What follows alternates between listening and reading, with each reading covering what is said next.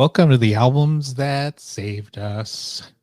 It's the 40th anniversary of David Bowie's fantastic early 80s comeback album, Let's Dance, and that fantastic song of the same name, which I think is his biggest hit, helped relaunch his career.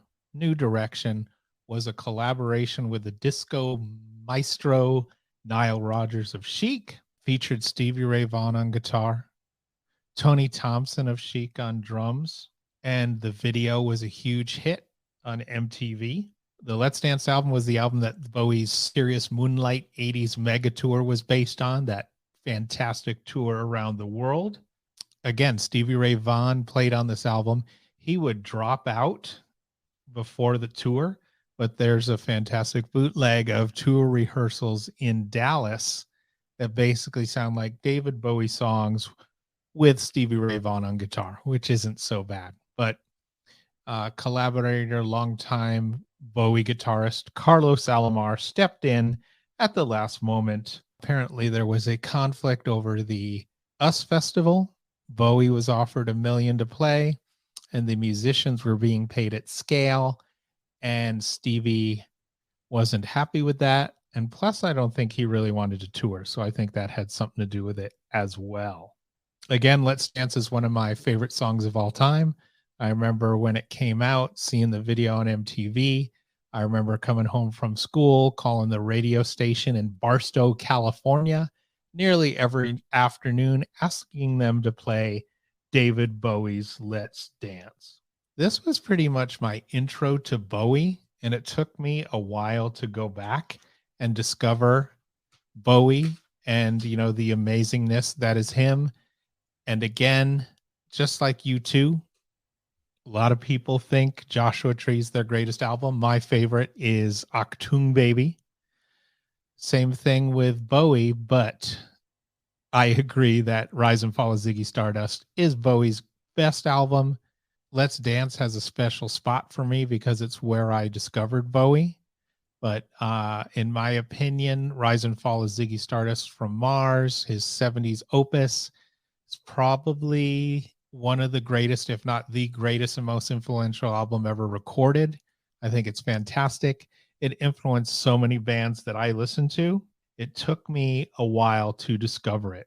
One night, I was probably 14, 15, 16. I was asked to babysit across the street. It was one of those, the kids are in bed, just come here and hang out, watch TV, listen to music. So I went over there and I was looking through the neighbor's cassette collection. I listened to Queen, I think it was Killers Live, via headphones. And then I discovered this old looking cassette. And I was like, oh, David Bowie, interesting. Rise and Fall of Ziggy Stardust from Mars. Never heard of this. And obviously I'd heard probably a couple songs off of it.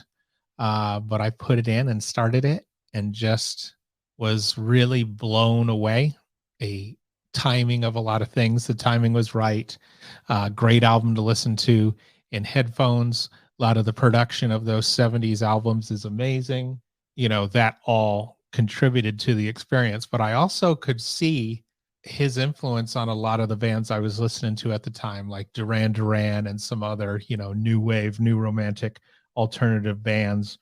And, it turned out that, Bowie basically influenced all the bands that I loved, from, again, Duran to Depeche Mode to the Smiths to Morrissey to U2 to pretty much everybody that came after him. And, after that, it took me a while to go back to some of the other 70s stuff, but I loved Rise and Fall of Ziggy Stardust from Mars the first time I heard it. And it gave me kind of a new appreciation into, what Let's Dance was. But the Let's Dance album was, kind of a new direction and a comeback for Bowie. He'd been listening to rhythm and blues. He bumped into Nile Rodgers in New York City in a disco, and they started talking. Bowie was recording an album and looking for a producer. Nile, I don't know what he had produced up until that point, but he produced a lot of great stuff in the 80s. And obviously he came from Chic, very influential in the disco era. And even, in rap music, being sampled so many times, disco sucks, disco is dead was going on at the time, or had just gone on. And Nile was looking for a new direction as well. So it turned out to be a great meeting. And so they chatted, and Bowie said, "Hey, I've got this dance song called Let's Dance, a demo of it." And Rogers listened to it and said, "This isn't a dance song, but I can make it a dance song." So one of the things Chic were known for is they would start songs with a chorus, like, "Oh, freak out." And so that's kind of what Nile did with Let's Dance. Let's dance. Put on your red shoes and dance the blues. And again, I'm a drummer, not a singer. 3 great singles off that album, arguably 4. So you've got, it opens with Modern Love, then into China Girl, then Let's Dance, Bam Bam Bam, great singles, great videos. Modern Love, I know when to go out, I know when to stay in, get things done. China Girl was a song, I think it was, I don't remember. I know Iggy Pop did it first, and I think Bowie wrote it for Iggy Pop, and then Bowie did it better. And then there was later in the album, Cat People Putting Out Fire, which was a theme song to the fabulous Cat People movie with Nastassja Kinski in the 80s remake. And the film / single version, much better than what's on the album, but the other is a much better version, was used to great effect in Quentin Tarantino's Inglourious Bastards as well. Let's Dance is a good album. There's some other songs on there that are good. I don't think they're up to the par of the singles. Ricochet, very Bowie song.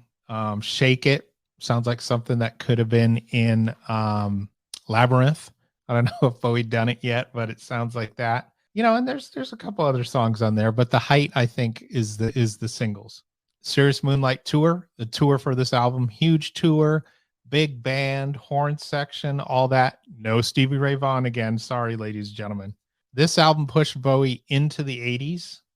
And after that, he kind of had a run of albums that were more poppy, but not as great, but had their moments. Tonight, Never Let Me Down. Tonight had Blue Jean, great song. Jazzin' for Blue Jean. Loving the Alien, another good song. Never Let Me Down had Never Let Me Down. Time Will Crawl. Bang Bang. Good songs, but a little poppy, little maybe overproduced.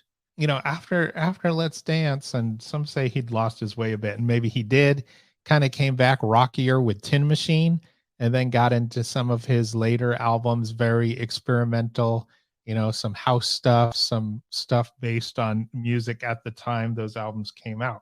Let's Dance is a great album, great 80s album, not Bowie's best.